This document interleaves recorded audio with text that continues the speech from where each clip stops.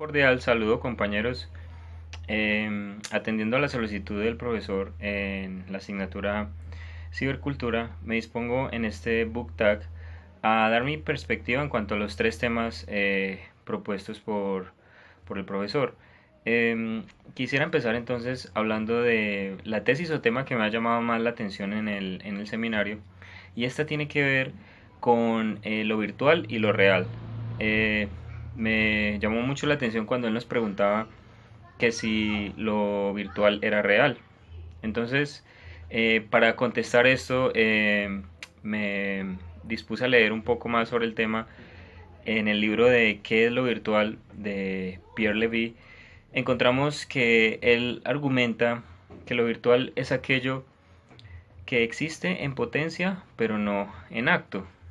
Por eso la palabra virtual viene del latín virtus, que significa fuerza o potencia. Entonces, a diferencia de lo real, lo virtual es imperceptible, intangible, pero sigue siendo real.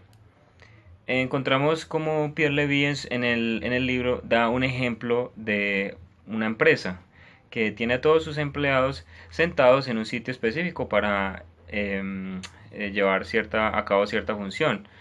Pero cuando esta empresa se virtualiza, por ejemplo, puede tener los mismos empleados, pero ya no están sentados en un espacio definido, ¿sí? Pueden estar sentados en diferentes partes del mundo, por ejemplo.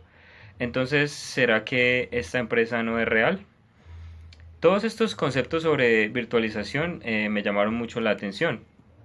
Y mientras leía un poco más en el libro de Pierre Levy de qué es lo virtual, me encontré con una sección sobre las proyecciones. Y en esta sección me llamó mucho la atención porque habla, por ejemplo, de las máquinas y de las nuevas tecnologías, de cómo estas han llevado a que el hombre se pueda desdoblar en diferentes formas, por ejemplo, en forma visual, en forma auditiva, ¿sí?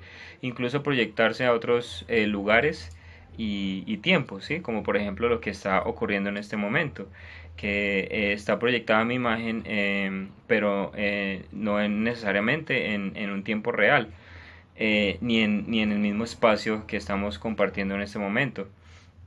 Es allí como Pierre Levy cita, por ejemplo, el teléfono, que cuando se dio este gran invento, ¿sí? Pudimos ver cómo la voz se separó del cuerpo tangible y se podía comunicar a distancia el hombre. Entonces podemos ver allí un sistema de realidad virtual prácticamente. Cómo podemos transmitir voz, y hoy en día podemos transmitir imágenes, sentimientos, gestos, emociones. Entonces lo virtual cada vez se va volviendo más especializado y se va volviendo más real, ¿sí? Entonces esto me lleva a pensar hasta dónde llegaremos en lo virtual, ¿sí? Ya no será solo real, sino que superará lo real, es mi pregunta. ¿Será que en un futuro las personas preferirán lo virtual a lo real porque esto lo superará? Entonces doy un paso para hablar de la segunda instrucción, sobre construir una metáfora que ilustre algún concepto que estemos tratando, y siguiendo, digamos, con la línea de lo virtual y de lo real. Mi metáfora tiene que ver con la figura del cyborg. Si bien el cyborg surge como una necesidad del ser humano para reemplazar tal vez órganos dañados, como una prótesis o un implante de oído artificial, esta figura se ha señalado como un ser humano que es máquina y que es humano al mismo tiempo, y que incluso puede llevar a cabo tareas que un ser humano normal no podría hacer. Eh, entonces traigo esta figura del cyborg en este momento porque día tras día estamos viendo cómo nos volvemos cada vez más dependientes a los aparatos mecánicos y tecnológicos. Y de estas, digamos, diferentes posibilidades que estos aparatos nos permiten explorar, e incluso habilidades que nos permiten desarrollar, que no podríamos hacer sin ayuda de estos aparatos. Como mencionaba el profesor, ya hay implantes de cámaras y también todos conocemos, por ejemplo, las Google Glasses, las gafas de Google, que prácticamente le permite a la persona experimentar diferentes cosas como imágenes, contestar llamadas, videollamadas, etcétera, y que son experiencias que cada vez nos van acercando como a esta figura del cyborg, donde vemos ya una realidad afectada por la tecnología y por la virtualidad. En estas gafas, por ejemplo, de Google encontramos el concepto de la realidad aumentada, que en mi opinión une más la brecha entre lo virtual y lo real, ¿sí? Esto también lo podemos ver evidenciado en el famoso juego Pokémon Go. Entonces, las preguntas que se me generan con esta figura son si nos estamos dirigiendo cada vez más hacia la figura de un cyborg. Me imagino a un ser humano con implantes de cámaras de chips, de códigos de barras, con gafas inteligentes, con implantes de oído, con implantes en los ojos para poder oír o para poder ver mejor y ser superior a otras personas, digamos a otros seres de la misma especie. Entonces pienso cuál será la frontera que nos separará de lo real y de lo virtual. Finalmente, atendiendo a la tercera parte del book tag, en cuanto al texto al que quiero hacer referencia, me inclino también por la parte visual, por una película, porque realmente soy fan de ver cine y las películas de ciencia ficción son de mis favoritas. Existen muchas películas de ciencia ficción, de realidad virtual, que digamos nos han mostrado, incluso antes de que suceda, cosas en cuanto al futuro, en cuanto a la realidad virtual, como Robocop, como Ghost in the Shell o incluso Terminator.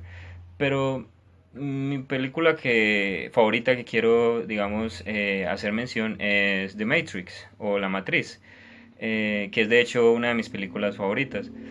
Esta película fue estrenada en 1999 y fue escrita y dirigida por los hermanos Wachowski, y tiene que ver con una realidad mediada por máquinas y cómo éstas llegan a someter a la raza humana. Creo que esta película aborda de una forma muy interesante el tema de la realidad virtual y cómo el ser humano puede llegar a perder la percepción de lo que es real y de lo que no. Y cómo puede, de alguna manera, como vemos en algunos personajes de Matrix, en las tres películas, como algunos personajes prefieren lo virtual que lo real, ¿sí? Tenemos hoy en día juegos de rol como este juego o aplicación Second Life, donde los usuarios pueden experimentar ciertas cosas y pueden, digamos, tener ciertas facultades que normalmente no tendrían. Y pueden hacer cosas que en la vida real no pueden hacer, que lo mismo ocurre en la película de Matrix. Tener, digamos, habilidades físicas o mentales. Entonces, digamos que este tipo de películas nos muestran algo que yo creo que no está muy alejado de la realidad y que cada día nos estamos volviendo más o acercándonos más a este tipo de escenarios, este tipo de cultura, de cibercultura, cada vez más dependientes de las tecnologías y de las máquinas. Entonces, por eso, como conclusión, quiero concluir con una pregunta, ¿sí? Que es la misma que me hice hace un momento. ¿Cuál será la frontera que nos separará de lo real de lo virtual? O si habrá alguna frontera, o tal vez lo virtual superará lo real. Muchas gracias, compañeros, por escucharme. Hasta una próxima oportunidad.